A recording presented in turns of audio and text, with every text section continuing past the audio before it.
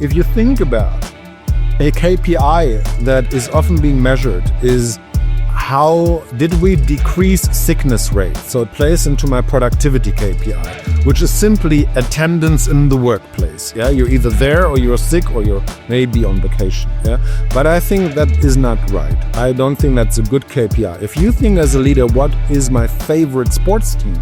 Yeah, or who is my favorite athlete? Do you really want to have Andrew Agassi in his best time to just be on the court healthy? Hi and welcome. I'm with Jan Küster here in the interview, who held the official Corporate Health Hub here at ISPO Munich 2024. 3 days full of keynote and inspiring talks and panels about the topic of corporate health. He's also the founder of Founders Fight Club, which is dedicated to help startups grow in a very entertainment way. So Jan, you're the corporate health expert here in this room, and you had seen a lot of keynotes at the Corporate Health Hub lately. So actually, can you explain a little bit what is corporate health and how did those talks resonate with the audience?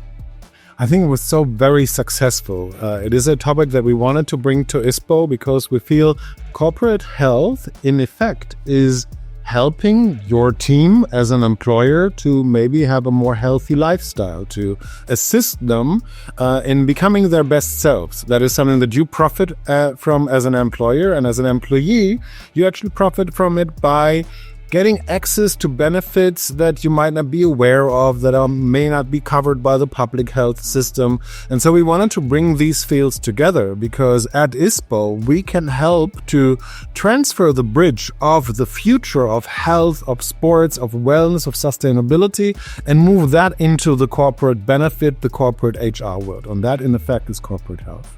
I see. Corporate health is also like a subtopic under the main topic and trending topic, health. So health is also like one of the most important topics here at ISPO 2024. And because of that, we released a white paper that says that the future of retail and sports lies, among others, like tech, in the field of health. So the white paper shows, Jan, that nearly 80% of respondents engage in sports, like primarily to maintain and improve their health.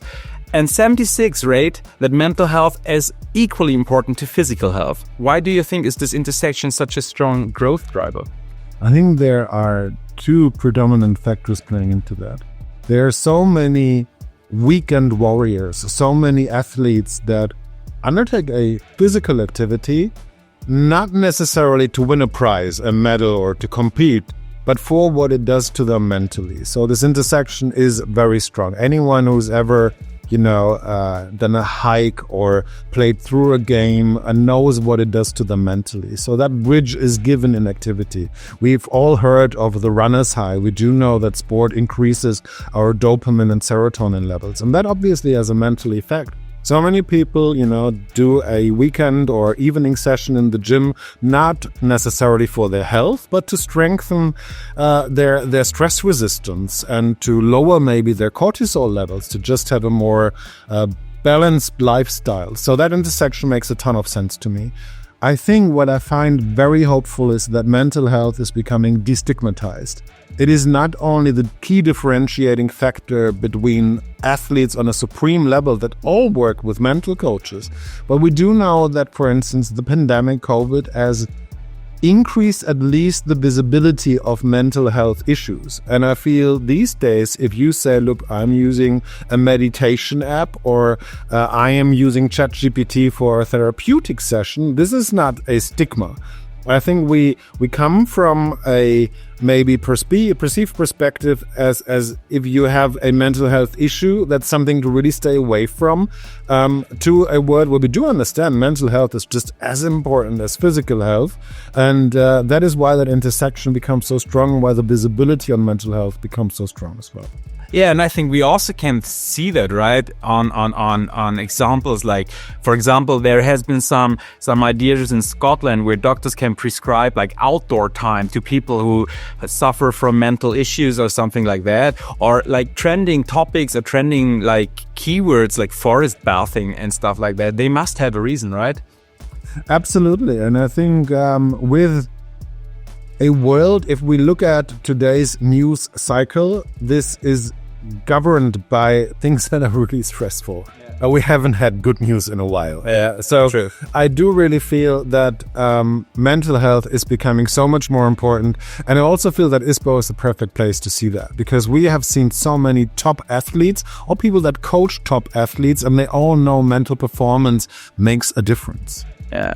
And I think something else is very interesting when it comes back to corporate health. Like mental health is so strongly connected to how you feel at work and how you actually, how can you perform at work and how much pressure can you be and how resilient is your employee, and do you equip the employee with a weapon so he can be resilient and stuff like that. Because in the white paper, it says actually that nearly half of the employers have quit jobs due to health concerns. That means every second person has somehow thought or quit because of health concerns at work. So it's 2/3 of these resignations could have been prevented with better health programs. That's unimaginable. 2/3. Like we are talking about, we're suffering we have a war for talents. We're suffering from highly talented people that come in to work, and everybody's looking out for new talents. At the same time, people quit because they have concerns about their health.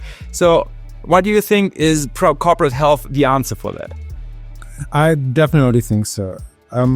I guess one thing that we got to make sure is that health systems in general have not necessarily a preventative character. So the public health system comes into effect once you are sick.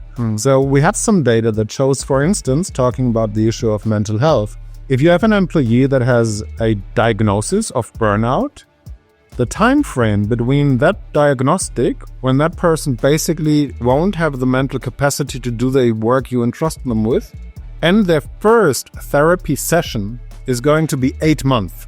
Yeah. So 8 months, you will lose that talent to work with.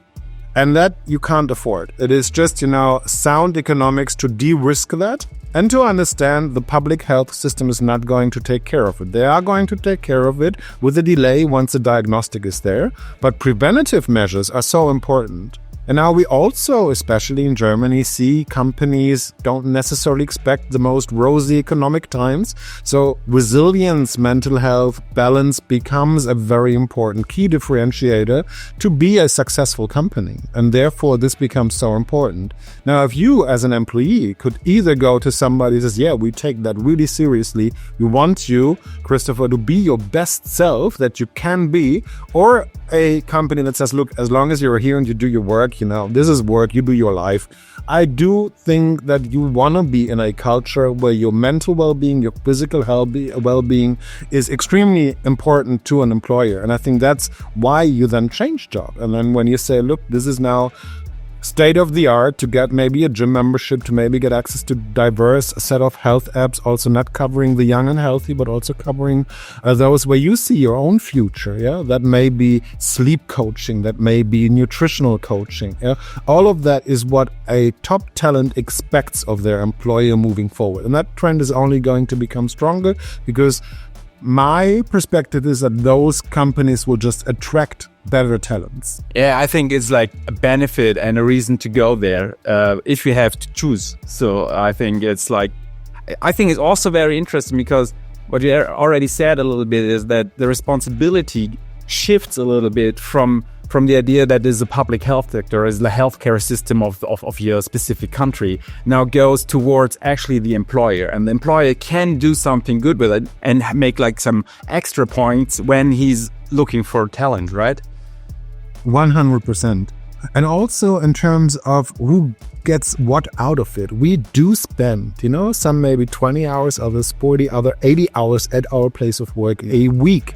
So you want me as an employer, you want me there to be at my best self so that I can perform. So it is in your interest. It's not just a nice to have. Yeah, I think so. It's mutual beneficial for employees and employers. Absolutely. So I'm coming back to the idea from public health to the general health and to the general trending idea of why health becomes so important to every citizen out there. says, according to the white paper, for example, people are looking out for expertise. So nearly 53% of consumers, for example, want to support retailers to evolve into holistic health hubs, offering advice, services, and products. So they want actually the sports retailer to be a hub and to be a go-to place when it comes for expertise that they help to maintain and improve their own health. Why do you think is this shift happening? I think the modern consumer is rightfully in a perspective where they see, look, if I go to Amazon or to another e-commerce site, I get a ton of advice. You know, the term is social commerce, where lots of people give me recommendations. I myself, when I go into a store and I choose between that pair of shoes and that pair of shoes, I actually use ChatGPT to have that conversation with in the store if I have enough internet capacity there. So that's where I get, my aggregated data from to make my decision. But if I can stay at home and just do that online, that's, for me, the most convenient situation to shop in. But if I want to go to a store, I want to have an experience. I loved getting my hiking shoes at Globetrotter because I can try them out. I can hike across like a artificial river or some mountain terrain, and that gives me an experience. Yeah? And for that experience, I go to that hub. And then when I speak to the advisors, the customer advisors there, they know their shit. Excuse my French here, but they actually can tell me why I should choose that part of equipment over that part of equipment. And now I think sport is not generic. I do want to have my items, my clothing, my equipment support my ability. And for that, I need an expert to help me. So I'm not saying that every person needs to have all the knowledge they can have. There are maybe not an AI system, but I'm very sure that modern retail tech can enable every store to be a lot more knowledgeable, to have, digital interfaces that help the advising staff on site to just help me in a consultative way to make my best purchase decision. And since we are now used to having so many islands of offerings, I think I'm wearing 3 trackers right now on my body. I want to have an accumulated space where I get all this expertise in one space, and that is the modern future for successful retailers. And I think concepts like an Apple store are definitely showing how modern retail can happen and be very successful versus something that is just a generic store. I exchange money for goods. I can do that online. I don't need a physical store for that. Yeah, and I think it can go as far as like having nutritional support, like buying stuff that you also might find at a supermarket, but the other way around, that supports like your diet, that if you want to achieve some sport goals or want to prevent from some diseases or something like that, or like diagnostics, is you have like a problem with the idea of running or something, then you can have like technical support and advice at the store itself, right? Absolutely. I mean, especially in the world of sports, if you go to a store that focuses on running shoes, you get an analysis. They have you run in them, you have an expert helping you out. And I think for anything that doesn't fulfill that in the future, that is not the customer journey that I want to have. And I think customer journey building and creating a mutually trustful relationship is so much in the interests of brands, not only the retailer, but I think in the future there will be many supporting systems where the brands enable the retailer to just do a better job. Yeah, I like that idea.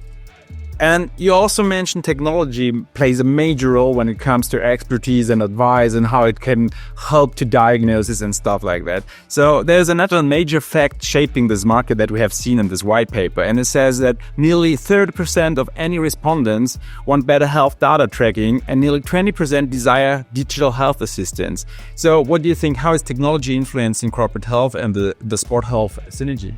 Well, as a lover and a complete startup and innovation enthusiast, that's absolutely a statement I agree with. And I think that we've seen how the brand new area at ISPO is developing with the startups showing services. Let's take, for example, the one of the category winners in the performance category yesterday. What do? They have a breathalyzer to show every user their own fat metabolism. And that is a device that you have in your hand, you breathe into, you see an app, and you can optimize your nutrition for whatever your life goal is. Performance, weight loss, whatever it may be. So I think there are so many technological advances. Last year, we had a company also winning a category in our brand new award, in our Founders Fights, that had a sensor on a ski binding that would help via an app to reset the ski binding to the slope level they needed to be at. And I thought how that level of sensoric data is going to change the landscape of fitness. Because we are wearing, a tracker right here, right now. I think 90% of people out there are wearing some sort of tracking device. But in effect, if we combine the tracking with AI, with a level of smartness, even though, maybe be dumb smartness, but it is definitely a level of information that can be provided, that I could, imagine a future where my golf club just has sensors that tells me if my swing is correct and what I can improve. And I could wear headphones where an app that analyzes that information gives me helpful advice while I'm at the driving range. The same accounts for tennis rackets, for my stand-up paddle, as well as the board. So that will revolutionize the accessibility of a sport, because I don't necessarily need to book a coach. I can just take the most complex device. If it is technologically enabled, it can give me a very personalized experience. That's the other key thing, analyzing data on such an individual level that any kind of fitness program can be customized to my needs. And this is why this is such a driving force. Yeah. And I was wandering around and had look of all the exhibitors, especially at the Startup booth, but I also at the Sportmackie-Medien and Sports Tech conference. And there were so many great ideas. And I could see that there are actually more than one trending topic within the idea of health. And there was nutrition, sleep technologies, and corporate health, of course. So top growth areas, if you want to say so. So what do you think, like here at ISPO, we talk about business opportunities as well. What can companies do to tap into this potential? Well, I think the major shift is that we do have a major part of the population that prioritizes health and wellness above all else. And that is a growing trend.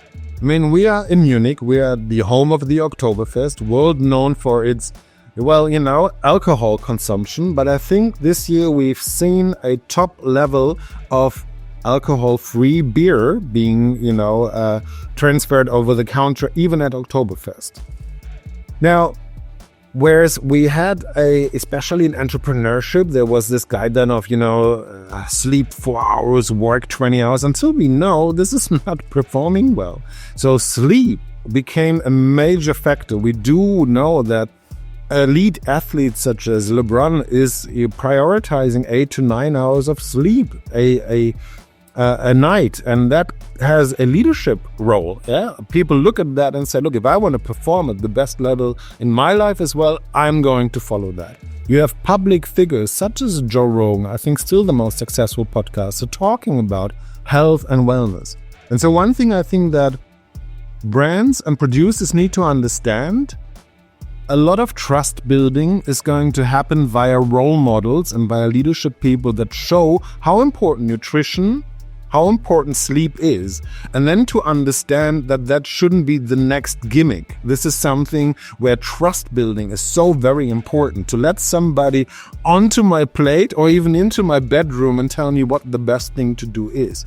So to become not only a brand, but to become active in platforms such as ISPO, to engage in trust-building exercises with a large audience and really position myself as an expert in those areas. Because one thing we hear now is that people don't want to have an expert for nutrition, expert for sleep, an expert for movement. It's all connected, it's all one, and that is why I need to find my personal place in a health ecosystem, but understand that it's all connected to health at work, to nutrition, to sleep.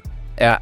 And I think it's so true. I attended a class yesterday at ISPO, and I was from a medicine expert talking about how sleep is actually so important, especially for athletes who bring their best performance, and also how could this idea transfer into broader public and how it can be used for public health and stuff like that. And I said, okay, so much orientation just in one lecture. So I think I'm so happy that I had this experience. So I'm thinking, actually, it must be so much more. What do you think is going to be at ISPO next year, for example, when it comes to these topics? So I think one thing that we're seeing is that people trust technology a lot more. We see that in maybe 5 years ago, there was a huge distrust to digitization, to the usage of AI. And that then led for some brands to fall asleep at the wheel. They focus maybe on what they do well, but they disregard their component when it comes to audience engagement and to technologically driving things. Yeah? So I do feel that major brands wake up to that fact and understand that we live in a hybrid world. We live in a world that is heavily influenced through technological trends, and that the major brands will wake up and also bring that to the table. And then, as I said before, I don't want to have 15 hubs to track individual data. So there must be overall connectivity being provided by a health platform that is helping me to be at my best self. Yeah. So I think that'll be a trend where brands definitely, maybe they produce jackets or they produce some others, hopefully sustainable textile product, but they do understand to maybe integrate some smart sensors into that. Yeah. Or they do understand that part of the customer journey will be sustainability, circular systems, recycling. So sustainability, I think, is definitely a mega trend that is only going to go forward. Yeah. Then creating sensoric data to enable performance is going to be something. Then I do feel that more and more medical devices that traditionally come from the medical segment will find their way into wealth, into health management, into well-being. And I do feel that we only see an increasing adoption of a general public for that to be the driving fact. And with that, we shouldn't only talk about people that, are in the very important demographics, being very young, having a long customer life cycle, but especially at the age group 50 and above, because longevity is one of the major trends that will be picking up also by corporate health, because we want to have our employees 55 and above to actually be really in a good place, in a good performance place at the workplace as well, for however long they need to work in my company.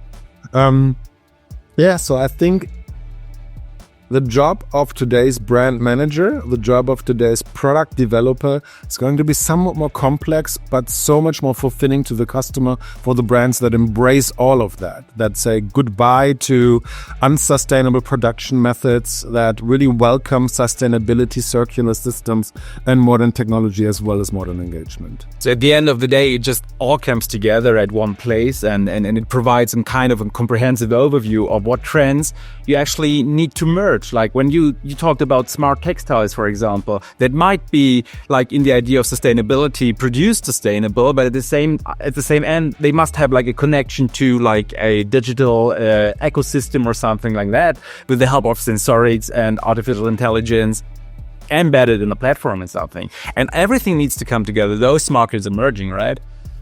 I think you see that at ISPO. One thing that really came clear to me for the past couple of days is how big the world of sports and wellness really is.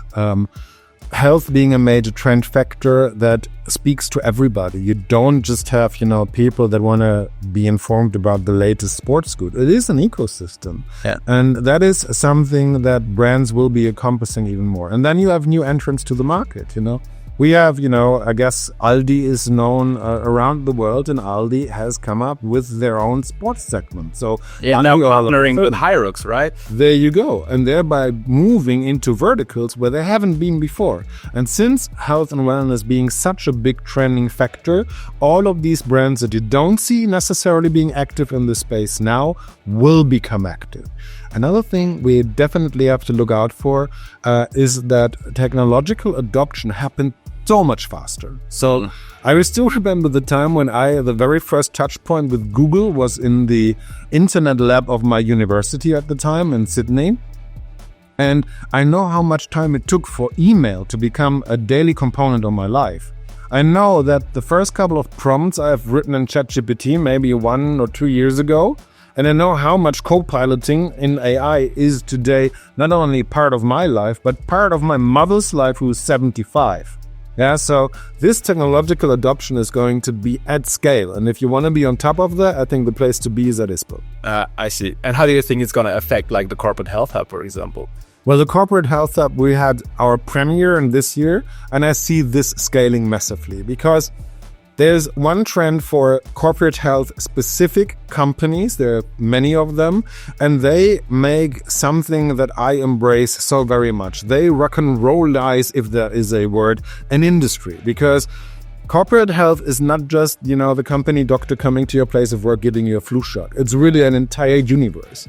And that also means that, the traditional manufacturer of sports and wellness products, may they be textile, may they be technical, may they be a hardware product, they could really see the corporate health sector as a supreme distribution channel. We already know that, for instance, companies such as Garmin offer their devices in corporate health challenges at a discount, or subsidized by the employer. And I think that is a really smart move.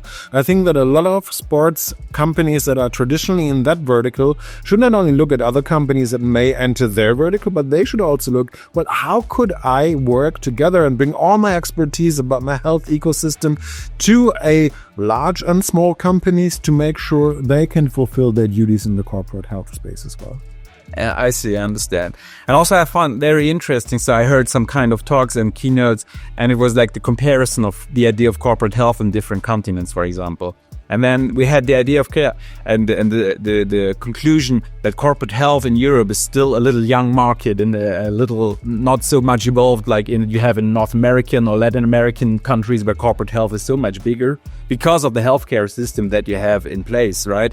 So, and then came to my mind, so, okay, but what does it do to leadership? Because leadership is very, very important, and you need some kind of management buy-in that plays a pivotal role in the success of corporate health initiatives. So I'm asking you as an expert, how can leaders effectively drive these programs? Yeah, this has been a trending discussion in the Corporate Health Hub that has really colored every keynote, fireside chat, and panel discussion we had. For many reasons. First of all, you typically have somebody in HR, you have a corporate health expert in many companies, and then you have a leader who often is an athlete in their own mind. They, do triathlons or they do tennis. They already understood the value of performance in their free time and the effect that has on performance in their professional life as well. So often the idea resonates, but then we need to come away from treating corporate health just as an employer benefit or part of my employer branding, but to see the deeper levels that it actually enables the leadership to do.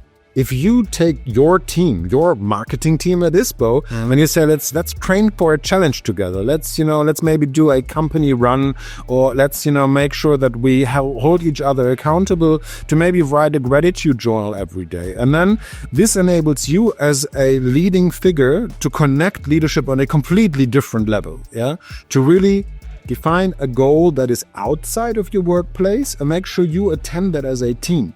And then you get a new understanding of improved team management. So what my really big ask of modern leaders is, if you think about a KPI that is often being measured, is how did we decrease sickness rates? So it plays into my productivity KPI, which is simply attendance in the workplace. You're either there or you're sick or you're maybe on vacation. But I think that is not right. I don't think that's a good KPI. If you think as a leader, what is my favorite sports team? Or who is my favorite athlete? Do you really want to have Andrew Agassi in his best time to just be on the court healthy?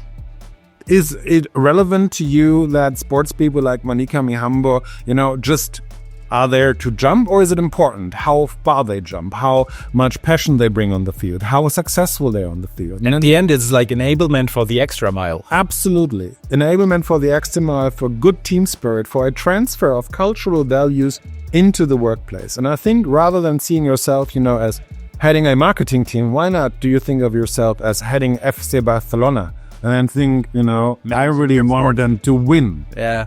I like that idea, and I like that change of mind. I like this perspective that you need to take care. Do you think we're going to see more consultancy and more services that help leadership to, really incorporate this idea of modern leadership? I truly hope so. And I also, with that, though, hope that one experience that has been relayed to me by all of the companies that are active in the corporate health space is how they became experts in organizational transformation. Yeah. But I, first of all, feel that responsibility shouldn't be given away to consultants. You know, it's responsibility for my health, for my family's health, and maybe for my teams and my colleagues and the people I love at work. Health should be a trigger for me to take responsibility on myself.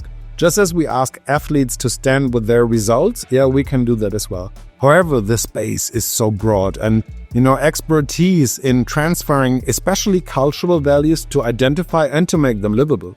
You know, it is today we see companies that say, look, we are ambitious. Show me your ambition. Don't only show that to me in maybe the value of your stock price. Maybe a really good signal is to go and train for something that is really hard and then achieve it. That actually shows me, that makes a cultural value really livable. And I do think that that is a major place for many forces to come and speak together. And I would also hope the companies value the impact that athletes could be as part of their team. Yeah.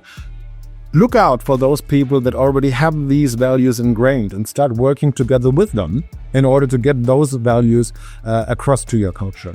Yeah, I think it's super interesting. And unfortunately, we're at the end of this talk. But for me, it got crystal clear that it's essential for businesses to thrive in future, to get yourself familiar with the idea of corporate health and just go to places like ISPO, for example, explore this corporate health ideas and solution providers that we have in place. So I'm asking you at the end of this interview, and it was really insightful, have you any final advice for exploring this market of corporate health? Absolutely. Ask your employees what they need. It is the easiest thing to do. You just, next Monday, you make maybe a Google form and say, look, we want to make sure you can be your best self at work in the fields of nutrition, well-being, physical health, mental health. What would you like of us to do? And then you get a ton of answers. And with that, you simply come to the ISPO Corporate Health Hub, because I'm pretty sure we showcase suppliers for all of that wherever you are. It's as simple as that.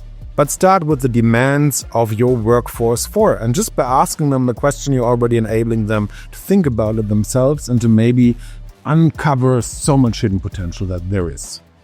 Perfect. So just do it at the end of the day. Just do it and get familiar with this idea. Thank you so much for these insights. Thank you so much for talking with me. It was my pleasure. And let's make this final day of ISPO a good one, right? Absolutely.